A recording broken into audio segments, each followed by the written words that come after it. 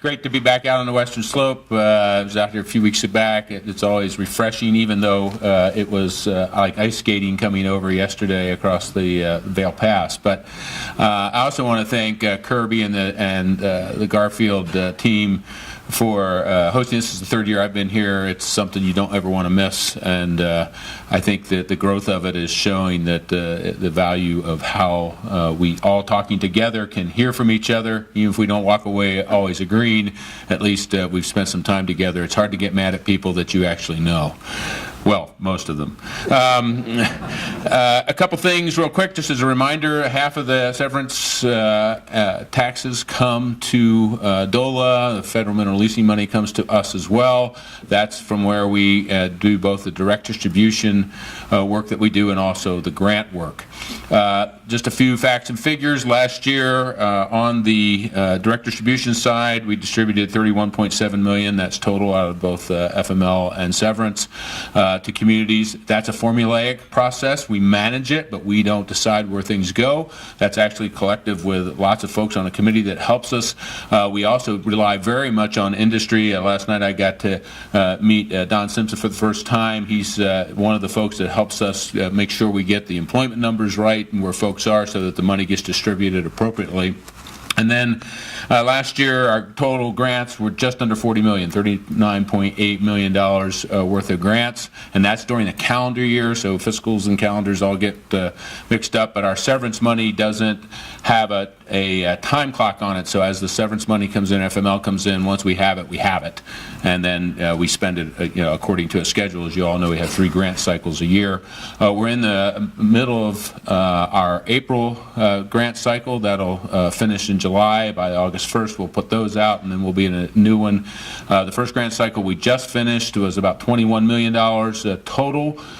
We anticipate this one will be about $20 million. We are hopeful that the August one will be $20 million. Right now the numbers look good for that, although they're still a little iffy, and I'll talk a little bit about that and the predictability right now that has been really difficult for both us and DNR to manage because they're the folks that get the other half of the severance taxes that come to the state. By way of comparison, so again, last year 40, the 2 years before we were over $100 million a year. So the number is way down. It's down for several reasons. Again, we'll get to those in a second. But we're still doing great projects. So this last grant cycle that we just went through, a couple of highlights. First, almost half of the money that we granted out this time was for water and sewer projects, a little bit for roads. There were lots of other great projects. I'll talk about a couple of those in a second. That number has been growing. And it's been growing for 2 reasons.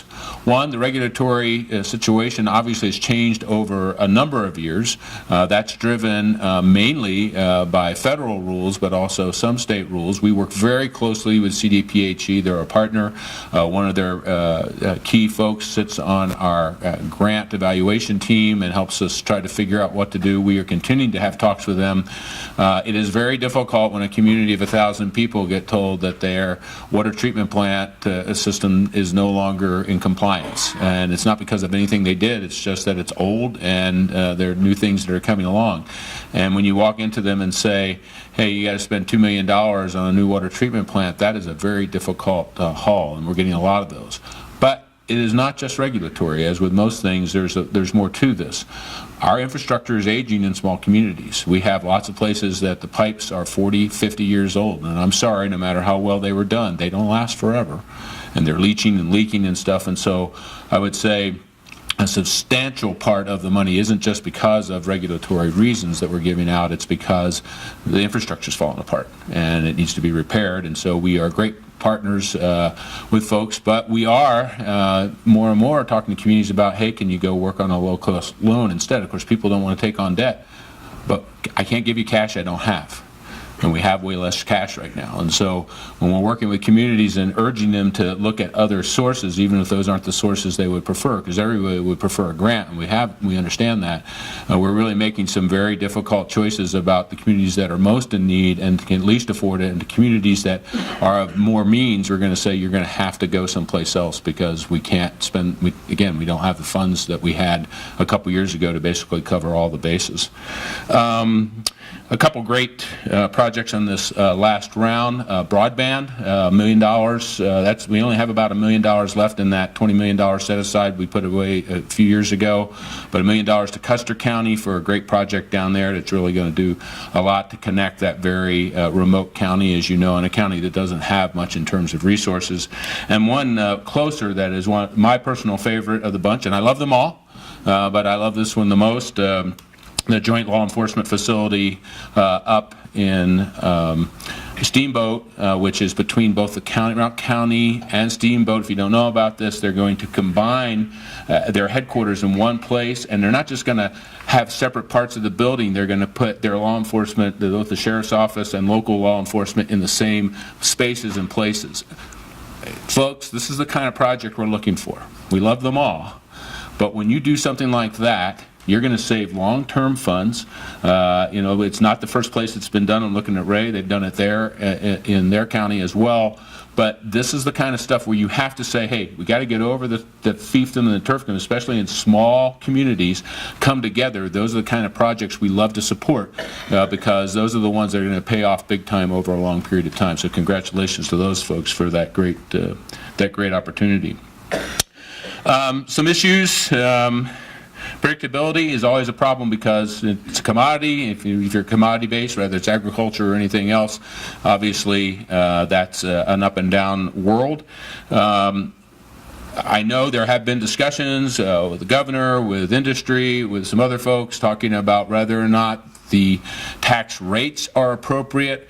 That's a discussion for another time. I'm happy. I'll be here all day today. I have to, unfortunately, go back tomorrow morning early to testify at a hearing, but we can talk about those. That's not my job. I'm not a gatherer. But I think the one thing that we all agree with, and I know the governor agrees with this, is the current system is so complex in terms of tax collection. It is very difficult for us, and it's very difficult for industry to figure out and what to do. And so hopefully going forward, we may be able to come to solutions that make it simpler for everybody, rather that increases or hopefully doesn't decrease revenues, but something that we can do to so that at least the communities that we're working with, we can look them in the eye and say, hey, here's what you can expect about a year from now, so that they can get their budgets and things in line for the projects they want to do. And that's what we try to help them do, but it's hard. And the ad valorem, obviously deductions are a problem, and of course it's always a delayed effect. So we're in what I understand to be pretty close to record levels of production right now, but we're not seeing the money yet, and it takes a while for the taxes to get to us because of the way the system's set up. The other thing, of course, is, and again, I always want to say, this is not about whether I think the BP decision in the Supreme Court 2 years ago this month was correct. That's irrelevant because the Supreme Court ruled 7-0, it's done. But there is an effect, and it manifests itself in many ways. The first way is that we now have the companies, as they rightly should do, are coming back in for refunds based on that. That comes in through DOR. It's a very complex system. The visibility is limited to just a few people that get to see those because I can't see them, the governor can't see them. Why? Because of privacy rules that are locked into statute. I've got no complaint with that. But when we have discussions about what's the appropriate rates and what is the effective rate of severance, we actually don't know. And if somebody here can tell me they do know, I need to talk to you because, I don't think the companies really know. I know we don't know because it's the way the setup is and the complexity of it. That said, that up and down sine wave that we've seen has now been exacerbated even more by the BP decision. And that's because, one, we have these payments to give back. It's right now DOR's narrowing in. They think it's 80 to 120 million total. That is a direct take from the money that we're bringing in. So there are months right now I don't get any money at all because as soon as it comes in, it gets shaved back off to pay the old bills on the deductions. The other part, and the one that actually concerns me at least as much, is forward-looking. We don't know what the actual percent change in income is going to be going forward. My gut tells me it's somewhere between 10 and 20% reduction. That means 10 to 20% reduction in the number of projects that we can do going forward. 10 to 20% reduction in the amount of direct distribution over time that you get. I am not saying this to scare you. I am not saying this to say it's good or bad. I'm telling you it is. And unless there are any changes to the taxation system or something like that, that's what you got going forward. So where I was telling you in my first couple years, I was king of the hill, giving out over $100 million a year. You know, I never bought a steak anywhere, okay? That's not true for the lawyers here, okay? But those years are gone. If the rate does not effectively change in any way, that's over. Unless there's a huge catastrophe somewhere where that jumps the oil and gas prices way, way up. But then there's, you know, John was saying earlier, then there's other problems when that happens. So, you know, suddenly people stop traveling and the recreational industry gets hurt or something like that. So if you are happy with the way it is, or you think that's okay, well, that's just the way it is and that's fair, then that's fine. If you don't, dial 1-800 the legislature, because the governor doesn't get to make these decisions. Your legislators do. And you know, we've had great discussions with various legislators talking about all kinds of possibilities. Bob Rankin and I have sat there and thrown darts at the board. Well, could we do this? Could we do that? But none of them are easy, and all of them require the entire legislature to get on board. And so since rural areas only have about 13 of the legislators out of the 100, whatever you do has to be collaborative with all the other folks because they care about where this money goes to. And there are plenty of people out there, if you ever change the laws radically, that would love to have this money to do roads or education or any of the other great necessary things that we have out there. So it just is what it is, but I wanted to give you a heads up that that's what's making it very difficult for us to be predictable with you. But we work very closely through the regional managers to make sure the communities know where we are and how things are working so that we can give you the most predictability in terms of what to expect both with the direct distribution and the grant program that we're in. So I think that's most of the big things. I did want to mention very quickly, as you well know now, the Anvil Points settlement, the money finally got through, hooray. A lot of work, by the way. John Swartout, the governor's office, OSPB, we worked very closely with the treasurer, so when we finally got the word, hey, it's coming in the next check, I sat personally with the deputy treasurer, and I looked him in the eye and I said, it's in the interest of your boss and the interest of my boss that when that money comes in, it doesn't get lost somewhere in the system and take 6 months to get out. So within about 2 weeks after we got it, it was out, and so it is now out at the communities where it's supposed to be. It's only $18 million. It should have been a lot more, but thank God we got what we got. And again, a lot of great work inside in Denver and also with the communities to make sure it got distributed appropriately. The other thing, you know, we do a lot of other things. Of course, we're the Division of Housing, so we work a lot of things that have to do with low income and affordable housing. That's affecting all communities. It is no longer just an urban issue.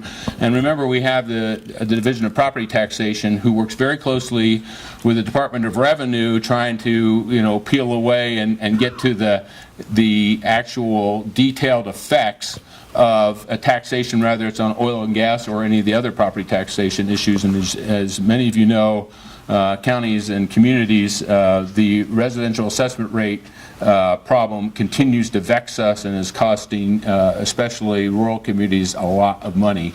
There are some bills popping around with the legislature right now that may or may not come to fruition to kind of slow that train, but frankly, absent a constitutional change, that's going to continue to crank down your revenues, and we recognize that, but it's out of our... I've actually had legislators come up to me and say, Irv, you know, come on, what can we do?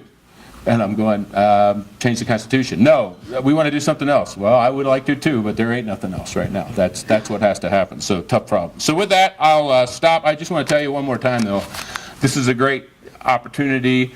As you know, the governor leaves in January. I work for the governor. So 2 + 2 = I'm gone.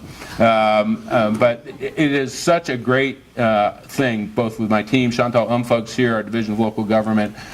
Chris Akers is going to talk to you tomorrow from our demography office. But we love serving you and alongside of you, and thank you for letting us be part of your team.